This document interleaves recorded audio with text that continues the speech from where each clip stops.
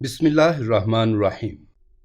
ہمارے ہاں جس لڑکی کی بھی شادی ہونے لگتی اس سے ایک رات پہلے اس کے بازو پر سرخ رنگ کا دھاگا باندھ دیا جاتا، جس کی وجہ سے وہ ساری رات سوئی رہتی اور اگلی صبح جب اس کی آنکھ کھلتی تو اس کے پاس ڈھیروں پیسے ہوتے اور پاؤں پر ہلدی لگی ہوتی۔ مجھے یہ سب بہت عجیب لگتا تھا کیونکہ میں پڑھی لکھی تھی اور یہ راز جاننا چاہتی تھی۔ یوں جب مجھے شادی سے ایک رات پہلے بازو پر وہ دھاگا باندھا تو میں نے چپکے سے اس دھاگے کو توڑ کر پھینک دیا اور نیند کا ناٹک کیا۔ ابھی 5 منٹ بھی نہ ہوئے تھے کہ یہ دیکھ کر میری روح لرز گئی جب شام ڈھل کر رات کی آغوش میں گرتی جا رہی تھی۔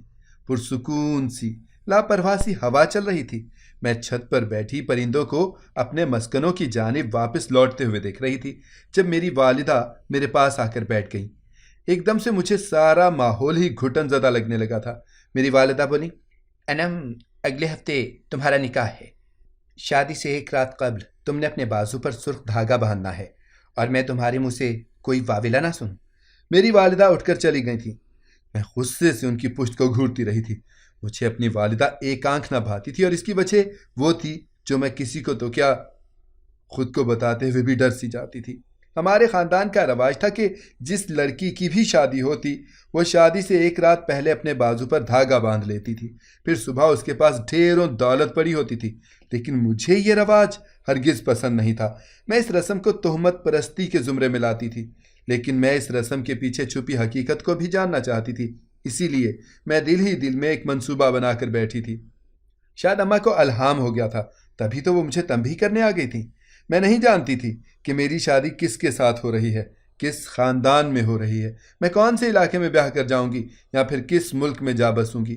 میں نے اماں سے دبے دبے لفظوں میں پوچھا بھی تھا، مگر وہ بفر گئیں اور بولی، کیا تیرے لیے جاننا کافی نہیں کہ تم کس دن دلہن بنو گی؟ میں نے اصرار کیا تو اماں مجھے میری تعلیم کے تانے دینے لگی تھیں۔ وہ جویریہ آپی کو بھی کوسنے لگی تھیں۔ وہ بولی، زیادہ پڑھ لکھ کر نا تمہارا دماغ خراب ہو گیا ہے، اور تیری بہن جو گھر میں بھاگنے کی رسم ڈال گئی ہے نا، تو اس کی پیروی مت کرنا۔ تم دونوں بیٹیوں نے ہماری ناک کٹوا دی، کسی سے نظر ملانے کے قابل نہیں چھوڑا ہمیں۔ اماں سے مجھے ایسی ہی باتوں کی توقع تھی، اس لیے میں نے اپنا دل خراب نہیں کیا۔ میں ابو کے پاس بڑی آس لے کر گئی تھی۔ میں نے ابو سے کہا، ابو، میری جس لڑکی کے ساتھ شادی ہو رہی ہے میں اس کی تصویر دیکھنا چاہتی ہوں۔ ابو سے اس قسم کے جواب کی مجھے امید نہیں تھی۔ وہ بولے، یہ بے شرمی کی باتیں تمہیں اپنے باپ کے ساتھ کرتے ہوئے ذرا بھی شرم نہیں آئی؟ کیا تم بھی جویریہ جیسے ارادے رکھ کر بیٹھی ہو؟ شادی کی رات کو خاموشی سے سرخ دھاگا اپنے بازو پر باندھ لینا، یہی ریت ہے اور یہی رواج ہے۔ میں خاموش ہو گئی تھی کیونکہ یہ روایت ہم بہنوں کو راس نہیں آئی تھی۔ آج بھی سوچ کر میرا دل دہل جاتا تھا کہ جس رات میری بڑی بہن جویریہ کی شادی تھی وہ بہت خوش تھی۔ اس نے ہاتھ پر دھاگا باندھا ہوا تھا، لیکن نہ جانے آدھی رات کو کیا ہوا تھا۔ اس کی چیخوں کی آواز سے پورا گھر گونج گیا تھا۔ ہم سب اٹھ کر بیٹھ گئے تھے، لیکن جب ہم بھاگ کر اس کے کمرے میں گئے تو اس کا کمرہ خالی تھا، جبکہ اس کی چارپائی پر سونے کے زیورات اور پیسے پڑے ہوئے تھے۔ تب میری عمر 10 برس تھی۔ میں نے آنکھوں میں خوف بھر کر اماں سے پوچھا کہ اماں، جویریہ آپ کدھر گئی ہیں؟ میری اماں بولی، وہ گھر چھوڑ کر بھاگ گئی ہے۔ لیکن نہ جانے کیوں اماں کی بات پر مجھے یقین نہیں آیا تھا۔ میں سہم گئی۔ جب مہمان اپنے گھروں کو واپس چلے گئے تو میں نے ایک بار پھر اماں سے پوچھا تھا، اماں، جویریہ آپ کدھر ہیں؟ اماں نے پھر کہا تھا، بتایا تو ہے، بھاگ گئی ہے وہ، ہمارے منہ پر کالک مل گئی ہے۔ زمانے والے کہتے ہیں کہ میں نے اس کی اچھی تربیت نہیں کی، اسی لیے میری ناک کٹوا کر بھاگ گئی ہے۔ لیکن مجھے اپنی بہن کا پتہ تھا، اس کی نہ تو کسی کے ساتھ دوستی تھی اور نہ ہی وہ کسی کے ساتھ پیار کرتی تھی، تو پھر وہ کس کے ساتھ بھاگ سکتی تھی؟ میں نے اماں سے کہا، اگر جویریہ آپی نے بھاگنا ہی تھا تو شور کیوں مچایا؟ ہو سکتا ہے کسی نے اسے اغوا کر لیا ہو۔ امی نے مجھے گھور کر دیکھا تھا اور بولی، تو اپنے دماغ پر نہ زیادہ زور مت دیا کر۔ مجھے جویریہ آپی کی بہت یاد آتی تھی اور میں چھپ چھپ کر ان کے لیے روتی بھی تھی، مگر وہ تو ایسی بے وفا تھی کہ انہوں نے کبھی پلٹ کر ملنا گوارا ہی نہیں کیا تھا۔ میرے دل سے میری بہن کا غم نہیں جاتا تھا۔ میں نے سوچ رکھا تھا کہ میں اپنی بہن کو ڈھونڈ کر ہی رہوں گی۔ کہاں سے ڈھونڈوں گی اور کیسے ڈھونڈوں گی، اس بات کی مجھے کچھ خبر نہیں تھی۔ میں نے اپنے کمرے میں جا کر ارسلان کے نام ایک خط لکھا تھا۔ میں نے اس کو اپنی شادی کے متعلق آگاہ کیا تھا۔ ارسلان 2 ماہ قبل ہی ہمارے محلے میں شفٹ ہوا تھا۔ وہ ایک پولیس آفیسر تھا۔ جب مجھے پتا چلا کہ وہ پولیس آفیسر ہے تو میں ایک دن اماں سے چھپ کر اس کے گھر گئی تھی۔ میں نے اس سے مدد مانگی تھی کہ وہ مجھے میری گمشدہ بہن سے ملوا دے۔ اس نے حامی بھر لی تھی۔ ارسلان ایک نہایت ہی نرم دل اور خوش گفتار انسان تھا۔ مجھے اس سے محبت ہو گئی تھی۔ اس نے اپنی بھی محبت کا اظہار کر دیا تو میں نے بھی مثبت ہی جواب دیا تھا۔ 2 مہینوں سے جویریہ آپی کی تلاش میں سرگردہ تھا وہ، مگر ان کا کوئی سراغ ہی نہیں مل رہا تھا۔ میں ارسلان کو خط لکھ کر بے فکر ہو گئی تھی۔ مجھے امید تھی کہ باقی کا معاملہ وہ سنبھال لے گا، مگر اس کے جوابی خط نے میرے حوصلے پست کر دیے تھے۔ اس نے لکھا تھا، تم اپنے والدین کا کہا مانو، ان کے فیصلے کے آگے سر جھکا دو۔ میں اس خط کو بڑی بے یقینی کے ساتھ دیکھتی جاتی تھی اور روتی جاتی تھی۔ اب میرے پاس کوئی حل ہی نہیں بچا تھا، اس لیے میں نے شادی کی تیاریاں شروع کر دی تھیں۔ میں نے اپنے لیے کچھ جوڑے بنوائے تھے۔ میں بازار سے خریداری کرنے گئی تو ایک فقیرنی نے آ کر میرا پلو تھام لیا۔ اس نے میرے آگے ہاتھ پھیلا دیے۔ میں نے اس کو اپنا صدقہ دیا تو اس نے اپنے ہاتھ ایک دم سے پیچھے کر لیے۔ پھر وہ بولی، شادی کی رات اپنے بازو پر سرخ دھاگا ہرگز مت باندھنا، نہیں تو تباہ و برباد ہو جاؤ گی، کشور کی طرح۔ اتنا کہہ کر وہ فقیرنی بھیڑ کو چیرتی ہوئی آگے بڑھ گئی تھی۔ میں شدید گھبرا گئی تھی، اس سے سب کچھ چھوڑ چھاڑ کر واپس گھر آ گئی تھی۔ سارا دن میں اس فقیرنی کی باتوں کو اپنے ذہن سے جھٹکتی رہی، مگر جب رات ہوئی اور میں سونے کے لیے لیٹ گئی تو مجھے وہ فقیرنی پھر سے یاد آ گئی تھی۔ میرا رواں رواں ایک دم سے کانپ گیا تھا۔ اس فقیرنی میں کچھ ایسا ضرور تھا جس نے مجھے چونکا دیا تھا۔ کیا تھا میں یہ یاد نہ کر پائی تھی، لیکن اس کے الفاظ ابھی تک میرے دماغ سے نکلے نہیں تھے، گونج رہے تھے۔ وہ کون تھی اور کشور کو کیسے جانتی تھی؟ کشور میرے تایا کی بیٹی تھی۔ اس کی شادی 4 ماہ قبل ہی ہوئی تھی، لیکن وہ ابھی تک ایک بار بھی گھر کسی کو ملنے نہیں آئی تھی، میری باقی کزنز کی طرح۔ ہمارے خاندان میں اور بھی بہت سی لڑکیوں کی شادیاں ہوئی تھیں۔ ہر لڑکی رات میں وہ دھاگا باندھتی اور صبح رخصت ہو کر چلی جاتی، لیکن پھر ان کا کوئی اتا پتہ ہی نہیں ملتا۔ وہ کہاں جاتی، کہاں رہ رہی ہوتی، کسی کو کچھ خبر ہی نہ ہوتی۔ میں اماں سے پوچھتی تو وہ کہہ دیتی، سب اس دھاگے کی کرامت سے ہوا ہے۔ میں نے ٹھان لیا تھا کہ میں اس دھاگے کی کرامت دیکھ کر ہی رہوں گی، مگر اب جب مجھ پر وہ وقت آ گیا تھا تو میرے حوصلے پست پڑ گئے تھے۔ ابھی بھی بہت سے سرے مسنگ تھے جو مجھے ہی تلاشنے تھے۔ میں نے خاموش رہنے کا فیصلہ کیا تھا۔ میں خاموشی سے اپنی شادی کی تیاری کرتی جا رہی تھی۔ اماں اور ابا دونوں ہی میری طرف سے بے فکر ہو گئے تھے۔ اب وہ اپنے کاموں میں لگ گئے تھے۔ ابا ہر روز سبزیاں بیچنے جاتا تھا۔ اماں ابا کے جاتے ہی استری شدہ سوٹ پہن کر لپسٹک لگا کر کوٹھی میں کام کرنے چلی جاتی تھی۔ میں گھر میں بیٹھی بس کرتی ہی رہتی تھی۔ میں نے ایک بار پھر سے بازار کا چکر لگایا تاکہ مجھے اس دن والی بھکارن مل جائے، مگر وہ مجھے کہیں بھی نہیں ملی تھی۔ میں بڑی دیر بازار میں ہلکان ہوتی رہی، پھر مایوس ہو کر واپسی کی راہ لی تھی۔ میں گھر واپس آ رہی تھی جب میری نظر ارسلان کے گھر پر پڑی۔ دل میں خیال آیا کہ مجھے آخری بار اس سے بات کر لینی چاہیے، آخر مجھے بھی تو معلوم ہو کہ اس نے اچانک مجھ سے نظریں کیوں پھیر لی ہیں۔ میں یہی سوچتی ہوئی ارسلان کے گھر میں داخل ہو گئی تھی۔ میری خوش قسمتی یہ تھی کہ گھر کا دروازہ کھلا تھا۔ میں دبے قدموں آگے بڑھ رہی تھی، اچانک اماں کی آواز میرے کان میں پڑی تھی۔ میں بوکھلا کر رہ گئی تھی۔ اماں ارسلان سے کہہ رہی تھی کہ صاحب جی، گھر کی صفائی ہو گئی ہے، اب برتن دھو دوں؟ وہ بھی کچھ بولا تھا، مگر میں الٹے قدموں ہی گھر لوٹ آئی تھی۔ اب مجھے پتہ چل گیا تھا کہ ارسلان مجھ سے پیچھے کیوں ہٹ گیا ہے۔ اس نے ایک کام والی ماسی کی بیٹی سے شادی کر بھی کیا لینا تھا۔ میرا دل بری طرح ٹوٹ چکا تھا۔ ادھر میری شادی کی تقریبات شروع ہو چکی تھیں۔ مائیوں کے بعد مہندی اور پھر میری رخصتی تھی۔ میں خوف سے کانپ رہی تھی۔ پھر مہندی کی رات امی نے مجھے سرخ دھاگا لا کر دے دیا تھا۔ وہ دھاگا انہوں نے میرے بازو پر باندھ دیا تھا۔ امی کے جاتے ہی میں نے امی کا سرخ دھاگا کینچی سے کاٹ کر چھپا دیا تھا اور اپنے پاس پہلے سے موجود دھاگے کو بازو پر باندھ کر لیٹ گئی۔ میں سوتی بن گئی تھی۔ تھوڑی دیر ہی گزری ہوگی کہ مجھے کھٹ پٹ کی آوازیں آنے لگی تھیں۔ کوئی دبے قدموں سے میرے کمرے کی جانب بڑھ رہا تھا۔ میں شدید گھبرا گئی۔ وہ آواز میرے قریب سے قریب تر ہوتی چلی جا رہی تھی۔ پھر اچانک کسی نے میرے منہ پر ہاتھ رکھ دیا تھا۔ سامنے کھڑے شخص کو دیکھ کر میری آنکھیں پھٹی کی پٹی رہ گئی تھی۔ میرے سامنے ارسلان کھڑا تھا۔ ارسلان نے مجھے خاموش رہنے کا اشارہ کیا تھا۔ پھر وہ میرے کان میں بولا، چپ چاپ میرے ساتھ چلو۔ میری سمجھ میں نہیں آ رہا تھا کہ میں کیا کروں۔ میں نے اپنے دل کی سننے کی ٹھانی۔ میں اٹھ کر ارسلان کے پیچھے چل دی۔ وہ مجھے ہمارے گھر کے پیچھے لے گیا تھا۔ پھر وہ بولا، تم میرے ساتھ میرے گھر چلو، میں تمہیں اپنا لوں گا۔ مجھے معلوم تھا کہ وہی میرا نجات دہندہ ہے، وہی مجھے میرے گھر کی باقی لڑکیوں کی طرح غائب ہونے سے بچا سکتا تھا۔ میں نے حامی بھری تو اس نے مجھے دیوار پھلانگنے کا کہا۔ میں اس کے ساتھ دیوار پھلانگ کر اپنے گھر کی 4 دیواری عبور کر چکی تھی۔ ارسلان نے میرا ساتھ کسی مہربان دوست کی طرح دیا تھا۔ اس نے میرے لیے کھانا بنایا، مجھے کھانا کھلا کر اس نے ایک کمرہ دکھا دیا۔ میں اس کمرے میں آرام کی نیت سے لیٹ گئی تھی۔ جیسے ہی میں لیٹی گہری نیند میں چلی گئی۔ صبح اٹھی تو میں نے ارسلان کو پولیس کی یونیفارم میں دیکھا تھا۔ وہ بولا، میں اب ڈیوٹی پر جا رہا ہوں، تم پیچھے سے دروازہ بند کر لینا۔ میں نے ارسلان کے جاتے ہی کنڈی لگا لی۔ دن کے 12 بجے تھے جب میں نے شہنائیوں کی آواز سنی۔ میں بڑی حیران ہوئی کہ آج کس کی شادی ہے۔ 3 گھنٹے کے بعد وہ بارات بڑی دھوم دھام سے لوٹی تھی۔ خیر، میں نے سر جھٹک دیا۔ میں کچن میں جا کر اپنے لیے چائے بنا رہی تھی جب اچانک کسی نے پیچھے سے آ کر میرے منہ پر کچھ رکھ دیا تھا۔ اگلے ہی لمحے میں تاریکی میں غوطہ زن تھی۔ پھر جب میری آنکھ کھلی تو میں نے خود کو ایک پسماندہ سے گھر میں پایا۔ میں نے آنکھیں کھول کر ادھر ادھر دیکھنے کی کوشش کی۔ عجیب سا کمرہ تھا، کچی زمین، پکی چھت، باہر سے بچوں کے رونے کی آواز۔ میں گھومتے سر کے ساتھ اٹھ بیٹھی تھی۔ میں نے سوچا میں ذرا باہر جا کر تو دیکھوں کہ آخر میں ہوں کہاں۔ میں اٹھ کر باہر گئی تو 4 میلے کچیلے سے بچے مجھے آ کر چمٹ گئے تھے۔ وہ خوشی کے نعرے بلند کرنے لگے، امی اٹھ گئی داؤد، امی اٹھ گئی۔ میں تو یہ سب دیکھ کر ہی ششدر سی کھڑی تھی۔ تبھی گھر کی ایک جانب سے کرخت سی بڑھیا نکل کر میرے سامنے آئی۔ وہ بولی، ہمارے گھر اس قدر دیر تک سوتے رہنے کا رواج نہیں ہے، تم اپنا چال چلن سیدھا کرو۔ میں نے کہا، آخر آپ کون لوگ ہیں اور میں ادھر کیا کر رہی ہوں؟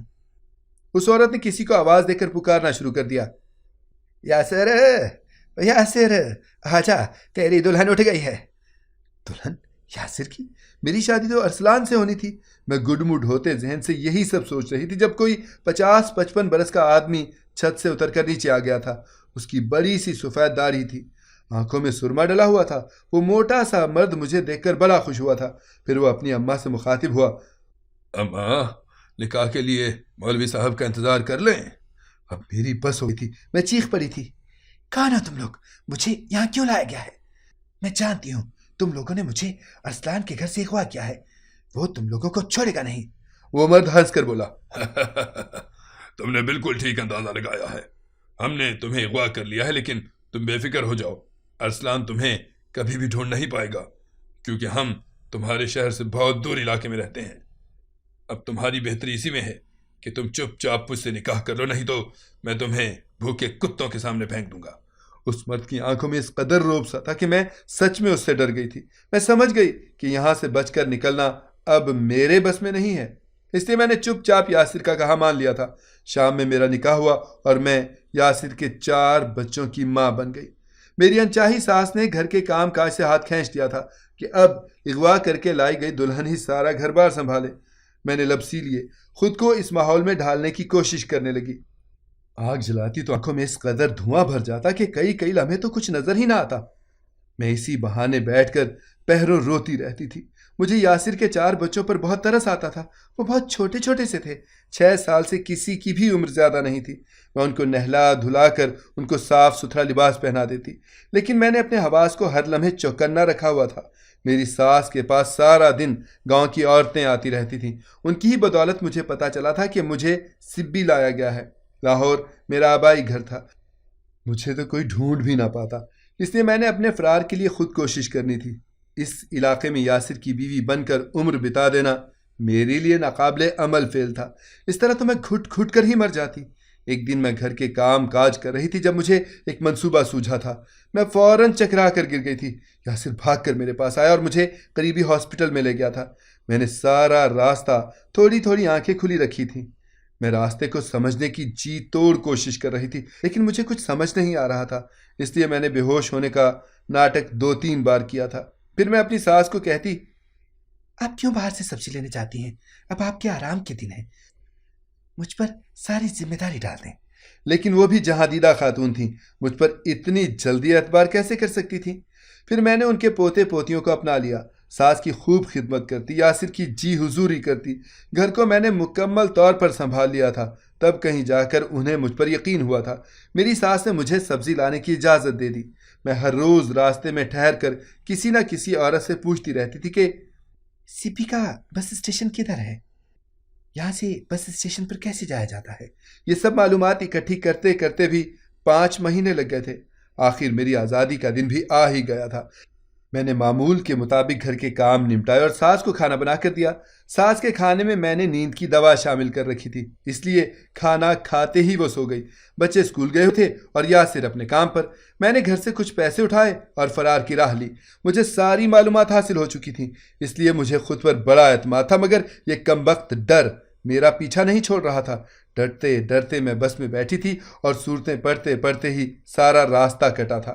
جب میں لاہور کے بس اڈے پر اتری تو میری آنکھوں میں خوشی کے آنسو آ گئے تھے۔ اب میں کہاں جاتی؟ یہ فیصلہ کٹھن تھا، مگر میں اپنی ایک سہیلی کے گھر کی طرف روانہ ہو گئی۔ وہ مجھے دیکھ کر ششدر رہ گئی تھی۔ وہ بولی، تم کہاں سے آ گئی ہو؟ تمہاری شادی تو سپی میں ہوئی تھی۔ میں نے اس سے کہا، تمہیں کیسے معلوم؟ تو وہ بولی، میں خود تمہاری بارات والے دن تمہارے گھر گئی تھی۔ تمہاری بارات بڑی دھوم دھام سے واپس گئی تھی۔ اب میں چونک گئی تھی۔ میں نے سارا ماجرا اپنی سہیلی کو سنا ڈالا تھا۔ میں نے اسے بتایا، میں تو گھر سے بھاگ گئی تھی۔ میں نے اس سے کہا کہ میں تو ارسلان کے گھر میں تھی نا، نہ جانے مجھے کون اغوا کر کے سپی لے گیا تھا۔ میری سہیلی بولی، ہم اس رات سے پردہ اٹھا کر ہی رہیں گے۔ اس لیے اس نے مجھے چند روز اپنے گھر میں ہی چھپا کر رکھا تھا۔ وہ بہانے سے میری امی کے گھر جا کر میرے متعلق معلومات حاصل کرتی رہی تھی۔ امی نے اسے کوئی خاطر خواہ جواب نہیں دیا تھا۔ شاید امی کا میرے سسرال والوں کے ساتھ کوئی رابطہ ہی نہیں تھا۔ میں نے اپنی سہیلی کے ساتھ مشورہ کر کے ارسلان کے ساتھ ملنے کا ارادہ بنایا۔ اس لیے میں نے مغرب کے بعد کا وقت منتخب کیا تھا، کیونکہ میں نہیں چاہتی تھی کہ کوئی مجھے راستے میں دیکھ لے۔ اس لیے میں سب سے چھپتی چھپاتی ارسلان کے گھر پہنچ گئی تھی۔ ارسلان کے گھر کا دروازہ ہمیشہ کھلا ہی ملتا تھا۔ میں بے دھڑک اس کے گھر میں داخل ہو گئی تھی۔ مجھے ارسلان کے بولنے کی آواز آ رہی تھی۔ وہ تیز تیز بول رہا تھا، شاید کسی کے ساتھ فون پر جھگڑ رہا تھا۔ وہ بولا، اگر لڑکی گھر سے بھاگ گئی ہے تو اس میں میرا کوئی قصور نہیں ہے، نہ ہی میں کوئی رقم واپس کروں گا۔ میں ایک دم سے چونک گئی تھی۔ میں الٹے قدموں وہاں سے واپس چلی گئی۔ میں نے اپنی سہیلی کو سارا ماجرا سنایا تو وہ بھی کافی پریشان ہو گئی۔ اب ہمیں سمجھ نہیں آ رہا تھا کہ کیا کیا جائے اور کس سے مدد مانگ جائے۔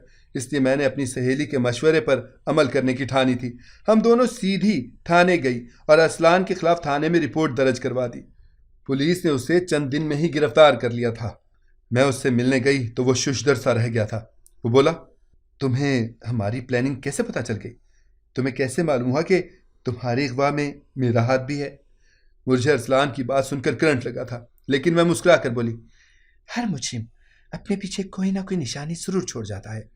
تم نے بھی ڈھیروں نشانیاں چھوڑی تھیں۔ مجھے یہ بتاؤ کہ آخر تم نے یہ سب کیوں کیا؟ ارسلان بولا، میں کوئی پولیس والا نہیں تھا، میں تمہارے والدین کی گروہ کا ایک کارندہ ہی ہوں۔ تمہاری فیملی میں یہ رواج تھا کہ تم لڑکیوں کو فروخت کر دیا جاتا تھا، اس لیے سرخ دھاگے کا ڈرامہ رچایا جاتا تھا۔ اس دھاگے پر نشاور سپرے چھڑکا جاتا تھا جس سے لڑکی بے ہوش ہو جاتی، اور وہ لوگ جن کو لڑکی بیچ دی جاتی تھی وہ اسے اٹھا کر لے جاتے اور اس کی جگہ ڈھیروں نقدی اور زیورات رکھ جاتے تھے۔ پھر صبح خالی بارات دھوم دھام سے لے جائی جاتی تھی، کیونکہ لڑکی تو پہلے ہی ٹھکانے پر پہنچا دی جاتی تھی۔ تمہاری بڑی بہن جویریہ نے اس رات چالاکی کی تھی۔ اس نے وہ دھاگا ہاتھ سے اتار دیا تھا، اس لیے وہ ہوش میں ہی تھی۔ جب اس کے خریدار آئے تو وہ ڈر گئی، اس سے چیخنے چلانے لگی تھی۔ وہ بوکھلا گئے اور اسے اٹھا کر لے گئے۔ ہر لڑکی جو بیچی جاتی تھی وہ شادی کے لیے ہی بیچی جاتی تھی، لیکن تمہاری بہن بہت ضدی تھی۔ وہ کسی طور بھی خود سے دگنی عمر کے مرد کے ساتھ شادی نہیں کرنا چاہتی تھی، اس کی دلہن نہیں بننا چاہتی تھی، اس لیے اس نے خود کو بھکارن بنا دیا۔ اس دن تم نے بازار میں جو فقیرنی دیکھی تھی وہ تمہاری جویریہ آپ ہی تھی۔ ہمیں معلوم تھا کہ ہر لڑکی کو اس دھاگے پر شک ہوتا تھا، اس لیے میں تمہاری ہر کزن کے محلے میں پولیس آفیسر بن کر جاتا رہا۔ وہ مجھ پر یقین کر لیتی تو میں ان کو اپنے گھر میں چھپنے کا مشورہ دیتا تھا، جہاں سے اس کے گاہک اسے اٹھا کر لے جاتے تھے۔ تمہاری ہر کزن اپنے شوہروں کے ساتھ آباد ہے، لیکن تم دونوں بہنیں ہو ہی بد دماغ۔ اب مجھے سارے کھیل کی سمجھ آ گئی تھی۔ میں نے اپنے والدین سمیت گھر کے ہر فرد کو پولیس کے حوالے کر دیا تھا۔ مجھے اپنی امی سے اس لیے نفرت تھی کیونکہ وہ ابا کے جانے کے بعد عجیب عجیب لوگوں سے ملتی تھی۔ مجھے اب سمجھ آیا تھا کہ وہ عجیب لوگ کون تھے، وہ تو ہمارے خریدار تھے۔ خیر، اب میں گلی گلی کوچوں کوچوں میں جویریہ آپی کو ڈھونڈتی پھر رہی ہوں تاکہ ہم بہنیں ایک خوشگوار زندگی کا آغاز کر سکیں۔ آپ دعا کریں کہ مجھے میری مظلوم بہن مل جائے۔ اگر آپ کو ہماری کہانی پسند آئی ہے تو اسے لائک کریں، شیئر کریں اور ہمارے چینل کو سبسکرائب کریں۔ اگلی کہانی تک کے لیے اجازت دیجیے۔ اللہ حافظ۔